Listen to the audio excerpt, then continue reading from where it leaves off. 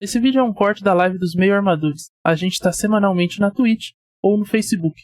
Acompanhe a gente no Instagram para ficar por dentro das nossas novidades e da nossa programação.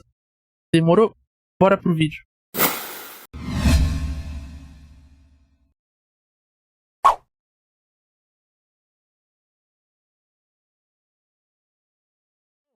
Continuar em São Paulo para falar do derby.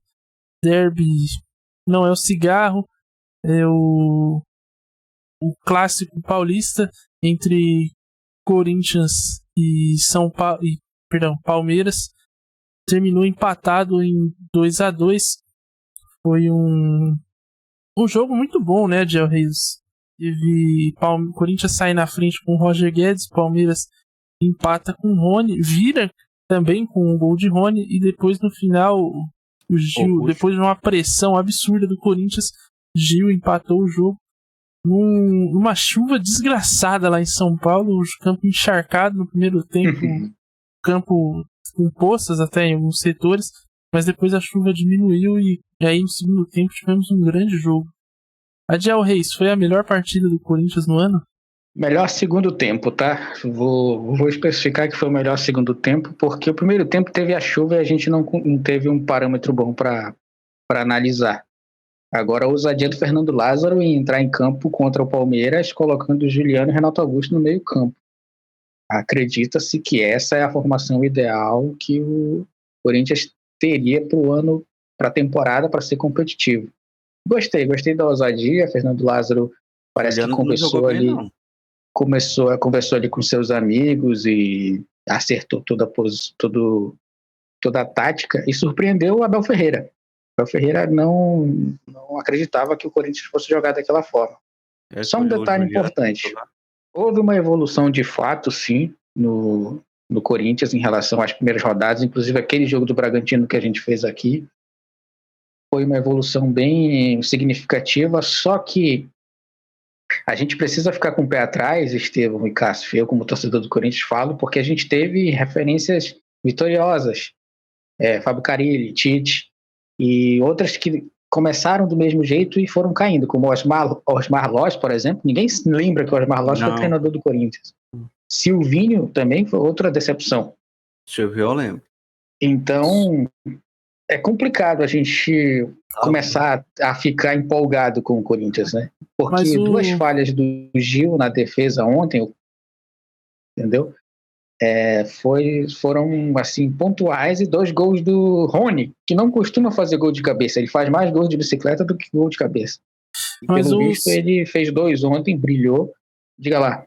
Não, só sobre o Silvinho, ele que é o técnico do Corinthians que tem o melhor retrospecto contra o Abel. Curioso, né? Ele acho que é um retrospecto assim, tem 3 jogos, 1 vitória e 2 empates. Ele foi o único que não conseguiu perder. Então, chama atenção aí o domínio do Palmeiras, né, no clássico.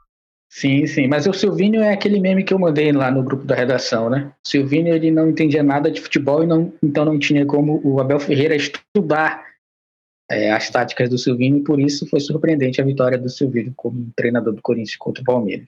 Outra coisa, a dependência do Renato Augusto é muito grande, cara. Eu só vou completar aqui o raciocínio, porque quando o Renato Augusto não consegue pensar o jogo do Corinthians, o Corinthians não consegue fazer nada, entendeu? O Juliano, o Cássio falou bem colocado que ele não jogou bem, fez a função ali, não dava para entender, uma hora ele era volante, outra hora ele era meia, e nessa dúvida que ele tinha durante o jogo, ficou muito espaço na posição em que ele não ocupava, porque numa hora ele queria ser volante e deixava espaço no meio campo. Quando ele tentava avançar e ser o meia mais próximo dos atacantes, ele ocupava um espaço que era do Renato Augusto, e o Renato Augusto não conseguia jogar.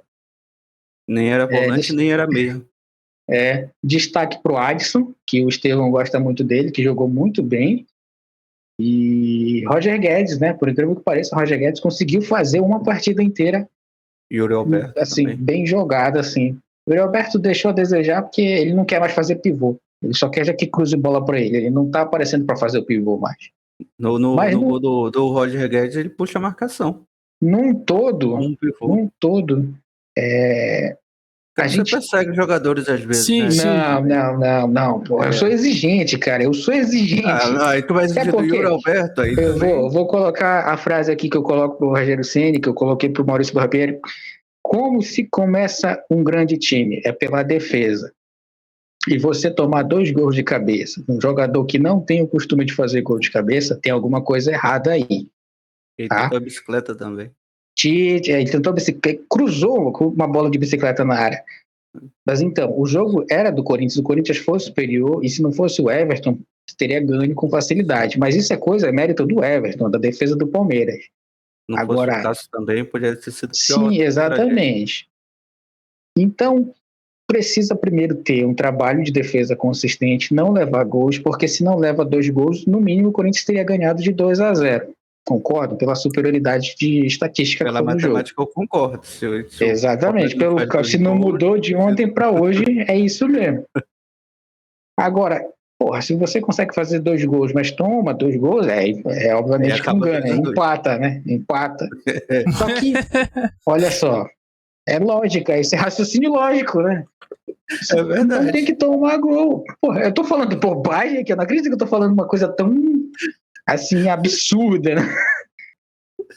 Porra! Não é possível, cara, de verdade. É o Gil tá fora. O Gil tá fora de forma, o Balbuena tá fora de forma. O único zagueiro consistente que o Corinthians tem é o Bruno Mendes.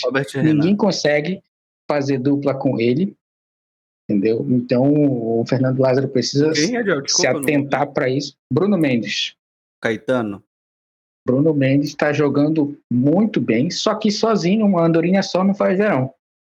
Então, ou contrata um zagueiro jovem de velocidade, que é aquela questão que quando a gente faz o jogo do Corinthians aqui eu sempre comento, ou coloca, sei lá, até o Fagner mesmo de zagueiro, já que ele não avança tanto, ou o Fábio Santos, né? Mas enfim. O problema do Fagner que vai jogar o tempo todo pendurado ali. Ele entra pendurado nele, nasceu pendurado. Nasceu pendurado é bom. Mas é isso. Minha crítica é para a defesa do Corinthians e para o meio-campo, que só depende do Renato Augusto. Renato Augusto que não vai poder jogar todo o jogo. Obviamente, já não tem mais idade para isso. Assim agora... que nem o Juliano não tem reserva. Ele seria o reserva do Renato Augusto. Quando joga os dois juntos, quem é que substitui? Fausto Cantilho? Vera. Puta que pariu. Fausto Vera agora que entrou. Eu queria perguntar pro Adiel, que ele parece estar um pouco exaltado com esse meio campo do Corinthians. Então, quem era para ser o meio campo ideal, na sua modesta opinião de cronista imparcial, Adiel? Renato Augusto era para jogar sozinho no meio campo, entendeu? Tinha que ter dois volantes. Tinha que ter um volante. Não é o Juliano. O Juliano não é o então volante. Seria Renato Augusto, Adson e Cantilho. E Fausto Vera. Entendeu? Fausto Vera fazendo. Não, 2 volantes. Teria o Fausto Vera jogando com aquele volante característico mesmo, que bate em todo mundo, mas que tem um toque de bola até refinado. Renato Augusto ser esse homem de marcação, esse homem de armação ali, e com 2 pontas abertos, entendeu? E eu acho que 2 centroavantes seria o ideal pro Corinthians, entendeu? E Yuri Alberto. Sim, exatamente. Yuri Alberto e Romero, talvez. E coloca o Adson de ponta direita, vindo quando o time tá marcando, ele faz a segunda linha de 4, entendeu? Tá ligado?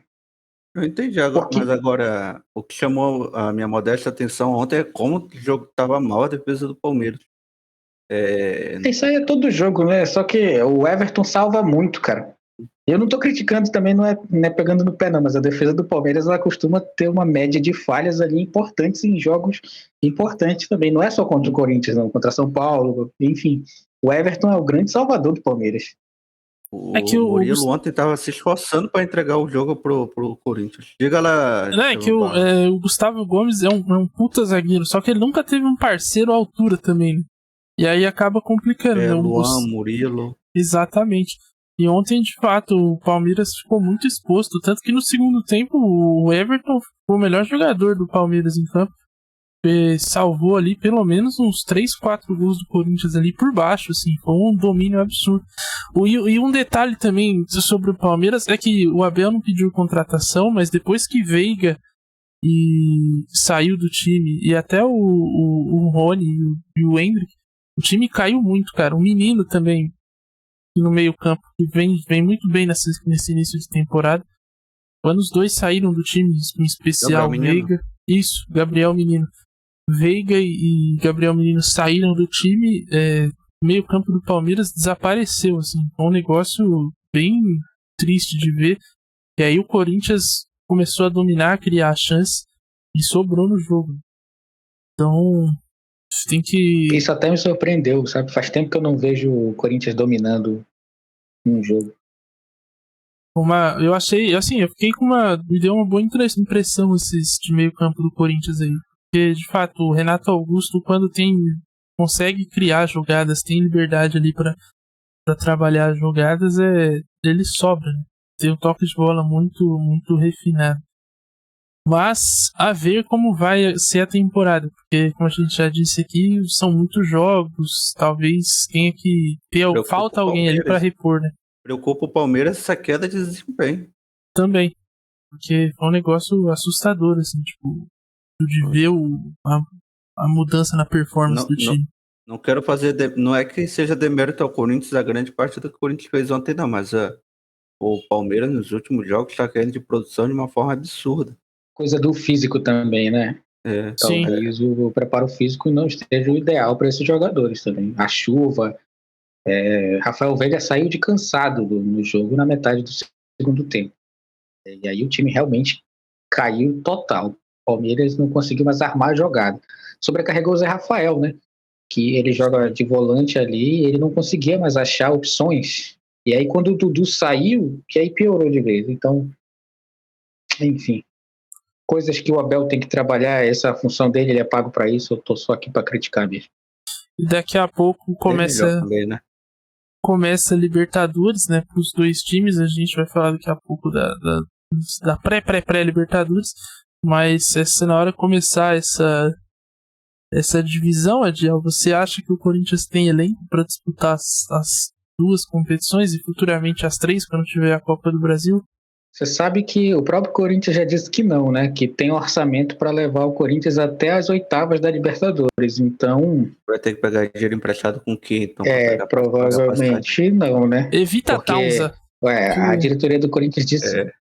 Só tem dinheiro para ir para uma competição, mas é obrigado a jogar as três, né? Pegar dinheiro emprestado com alguém. A diretoria já disse que as próximas fases vão ser bancadas pela classificação das oitavas e assim sucessivamente. E o orçamento está feito até as oitavas. Então, por aí tu já vê que acredita-se que não. Eu já falei aqui desde o início do ano que o Corinthians não tem time para conquistar uma Libertadores. Pode ser que tenha um lampejo de glória e consiga alguma coisa assim importante, mas o foco do Corinthians tinha que ser a Copa do Brasil, teve a questão financeira e fortalecer o elenco para 2024. O Campeonato Brasileiro, se classificar de novo para uma Copa do Brasil, fazer um campeonato excelente, agora temos que ter pé no chão. Ficar dependendo do Renato Augusto, ficar dependendo de jogadores com uma certa idade já, é prejudicial até para a cabeça do torcedor, porque ver um grande jogo contra o Palmeiras e no dia seguinte você vai jogar contra a Inter de Limeira e empate em 0-0, é complicado, entendeu? Já dá para entender que é o físico que está atingido ali, não é nem o técnico, porque o físico é o essencial para o jogador ter um desempenho técnico importante. Então, e o físico ajuda muito, né, para questão de matemática. Olha, eu não sei se a regra do 1 minuto se aplica à live aqui do área a área, mas seria importante rever isso lá no estatuto da FIFA, entendeu? Porque talvez o menino tá demais hoje, hein, Estevão? A gente tem aqui, a comissão de arbitragem talvez tenha que rever esse ponto aí, viu, Adiel? Pra ver como é que vai proceder nesses casos.